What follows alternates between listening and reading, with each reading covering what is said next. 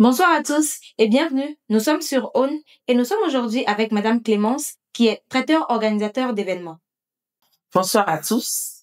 Je suis Clémence Teguenokulom, traiteur, organisateur d'événements. Je suis sur Aune.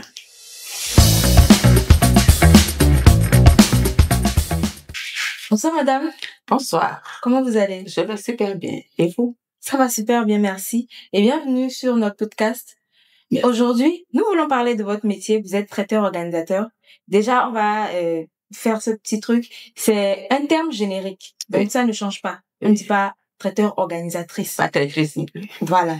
On dit traiteur-organisateur d'événements. Voilà. Donc, déjà pour comprendre comment vous avez fait pour entrer dans ce domaine-là, on va vous demander quel cursus scolaire vous avez fait.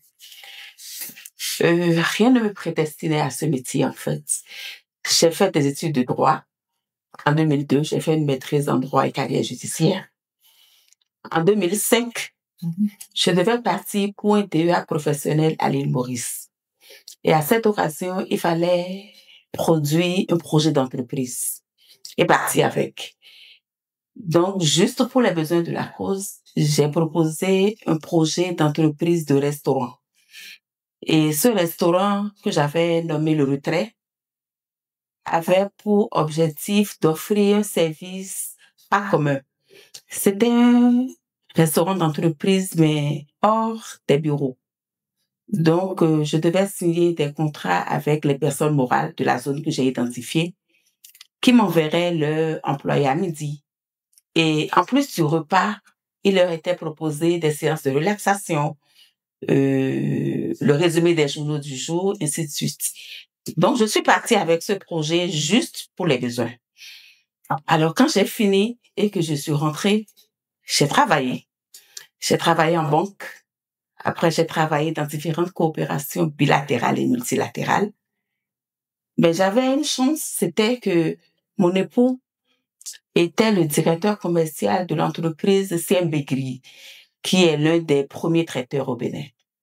Alors, quand j'étais rentrée en 2005, épris de formation, je suis repartie en France pour aller faire un master sur Paris 12. Là, on était toujours en 2006. On était en 2006. Un master en échange et administration. C'était pour être suffisamment étoffé pour un poste qu'on me proposait en coopération bilatérale avec la Suisse.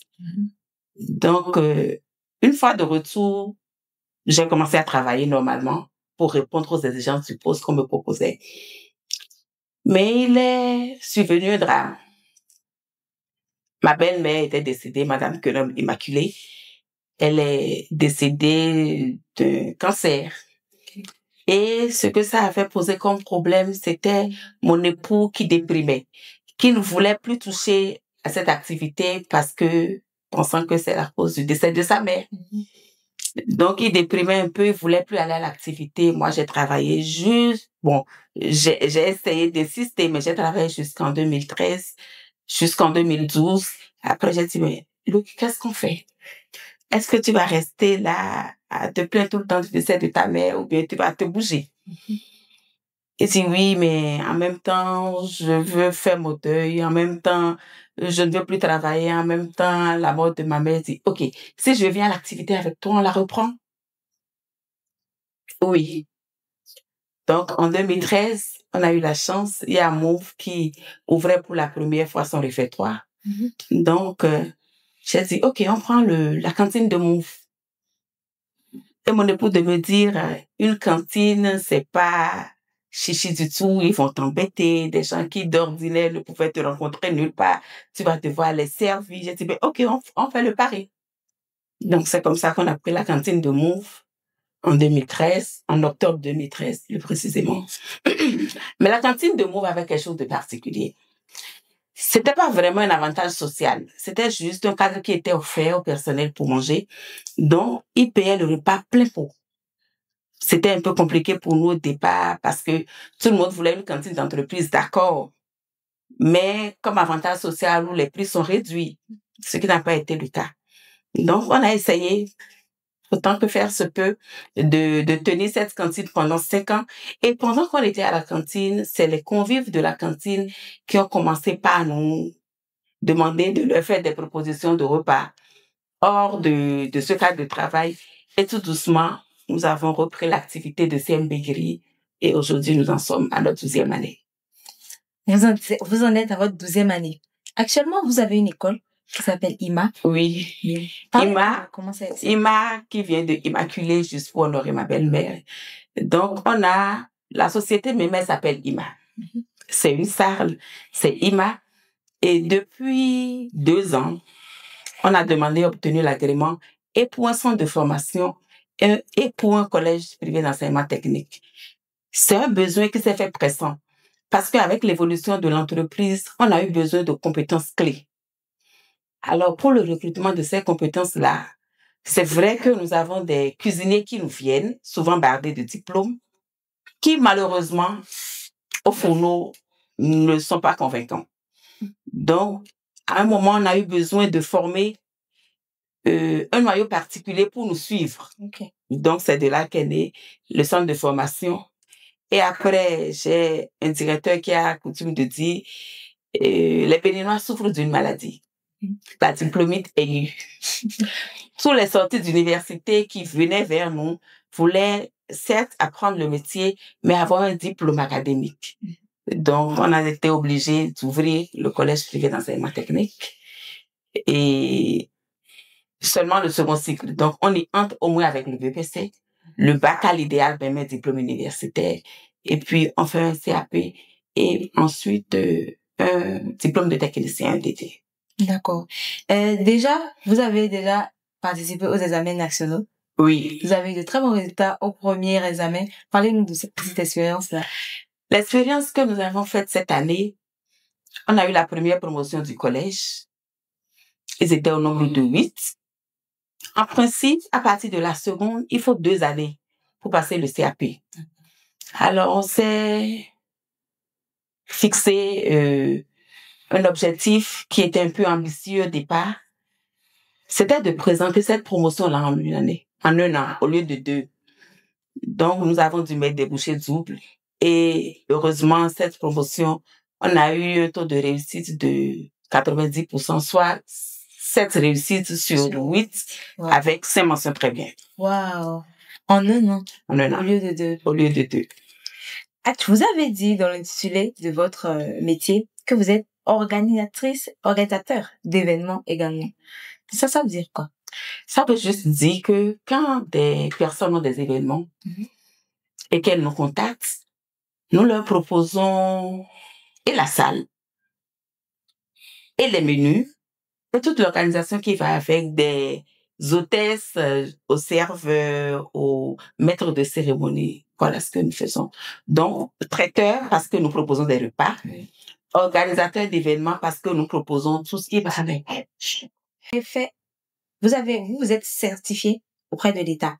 Ça s'est passé quand et comment? Auprès de l'État? Oui. Oui. Bon, il faut dire que l'entreprise CMB Gris existait depuis 97. 97. Donc, IMA Sardes, qui est notre entreprise actuelle, qui est, on va dire, fille de CMB Gris, et a eu son registre de commerce en 2011-2012. Après combien de temps d'exercice? Non, on l'avait avant de commencer. OK. Avant d'entrer sur Move. Oui, parce qu'on était sûr de reprendre l'activité, donc il fallait réinitialiser les papiers, donc on l'a fait avant de commencer. OK. Maintenant, vous avez commencé cette année les événements. Oui. Les événements privés. Oui. Parlez-nous de ce service-là que vous voulez. Ce service, je l'ai jamais voulu. C'est les festivals. Mais j'ai travaillé pour un monsieur dont je tais le nom, dont j'ai organisé le mariage en France. Entre autres, nous travaillons beaucoup pour la cuisine béninoise hors de nos frontières. Donc, ce monsieur m'a dit, mais Clémence, pourquoi tu n'es pas sur les festivals? J'ai dit, les festivals, j'ai pas le temps de me pencher là-dessus. Alors, ce monsieur a pris sur lui de me payer une participation sur, si je peux le dire, Chilen Groove. Donc, c'est un festival qui dure 2 jours, samedi, dimanche, les 2, 3 août derniers. On a été sur ce festival, on a fait un carton. On a fait un carton, on avait fini tout le stock en une journée. Il a fallu tout refaire le lendemain. Voilà. Et vous êtes sollicité pour un autre événement? Là, nous sommes sollicités pour tous les festivals. Nous avons été contactés par Ulovea, déjà en décembre. En janvier, nous serons sur Photodays. En février, nous serons sur Feed and Drink. D'accord, c'est super.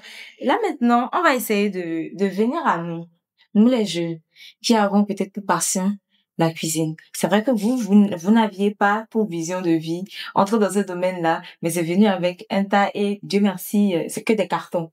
Quel conseil, par la grâce de Dieu, quel conseil vous pouvez nous donner à nous qui avons envie de nous lancer tout fraîchement? Je veux juste vous dire, faut passer une anecdote.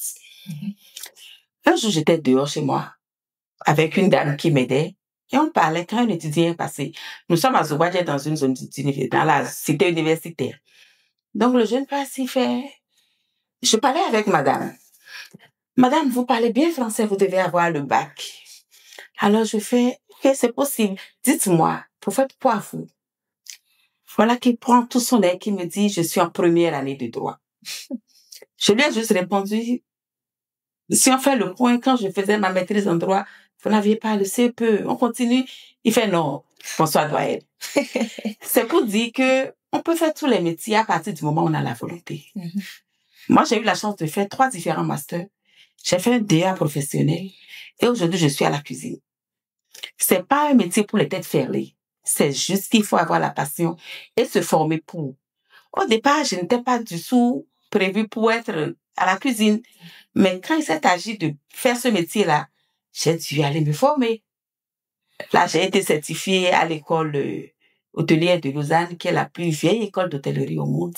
Il faut juste se donner les moyens et prendre de la bouteille pour exercer le métier qu'on veut. Il y a un service que vous proposez également, dont on va parler, les masterclass pour les femmes. Parlez-nous-en. OK, les masterclass, c'est pour tout le monde. Les masterclass, ce sont des ateliers culinaires thématiques que nous organisons pour tous les passionnés de cuisine en général. Il y a beaucoup d'hommes qui nous viennent, et ça fait plaisir, beaucoup de pères de famille qui nous viennent. On a déjà eu la visite de 2 ministres dont j'étais le nom. Wow. Pour les ateliers culinaires, simplement parce que c'est des personnes qui aiment faire la cuisine, mais qui n'ont pas toujours la main pour la faire. Alors, ces ateliers culinaires sont sur des thématiques très particulières. La dernière fois, on a travaillé un peu les sauces difficiles. Et la sauce crin-crin, il y en a qui vous disent, j'ai pas la main gluante, ça ne me réussit jamais. Il y a juste quelques astuces à maîtriser pour les faire. Donc, on organise des masterclass pour tout le monde. Okay. C'est des séances qui durent 4 heures maximum.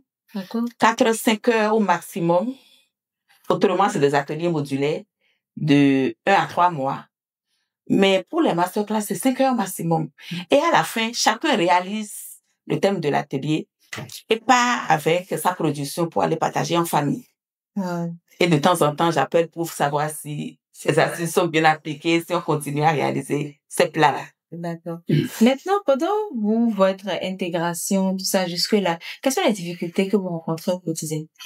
Les difficultés sont surtout liées à, je vais dire, à une conception de la cuisine où ne vient à la cuisine qu'une personne qui n'est pas en mesure d'aller loin à l'école pendant longtemps.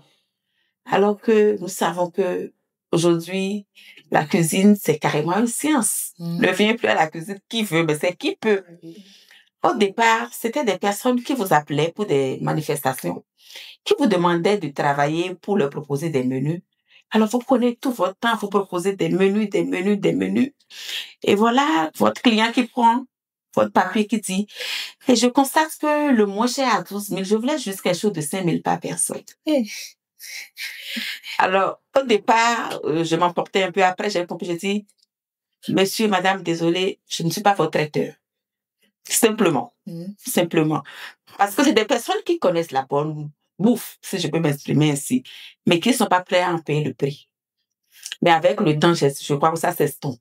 Aujourd'hui, ce qu'on dit de Clémence, si tu as un peu de moyens, appelle-la. Voilà, on ne dit plus, voilà, c'est un traiteur. Si tu as un peu de moyens, appelle Clémence. Ce qui fait que votre traiteur est l'un des meilleurs traiteurs parce que, personnellement, j'ai l'habitude de très souvent goûter vos plats. C'est pour ça que vous êtes ici, justement. Sans fausse modestie.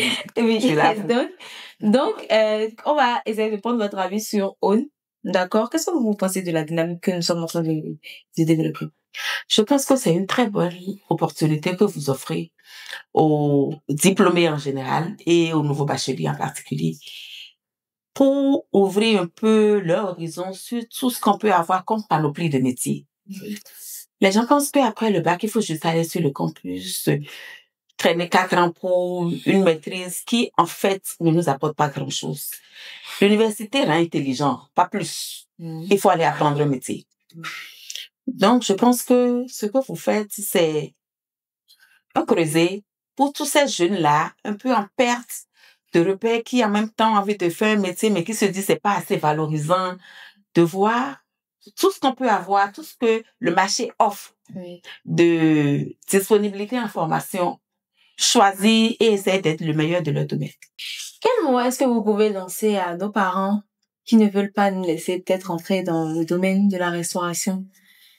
Donnez-nous des petites astuces parce que vraiment, on galère beaucoup à les convaincre. Je voudrais dire à nos chers parents que tous les métiers sont nobles. Pour peu qu'on y mette du sien et qu'on soit le meilleur de son domaine. Mon feu père disait, va faire le doctorat, apporte-le-moi. Je l'accroche à mon mur, je bois du vin avec, tu peux aller balayer après la pluie. Nous avons des parents qui veulent nous pousser le plus loin possible. C'est noble. Mais en même temps, il faut qu'on vive. Avoir 5 enfants, docteurs, en ci, en ça, et continuer à les nourrir, ça va être bien dommage. L'école, d'accord. Les diplômes, absolument. Mais en même temps, chers parents, laissez-nous juste faire ce que nous désirons et laissez-nous faire de notre passion notre métier.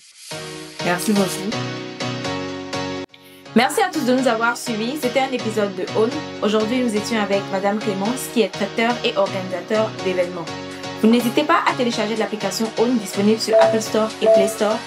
Suivez-nous sur les réseaux sociaux et n'hésitez pas à laisser vos commentaires. C'était Nanoumda.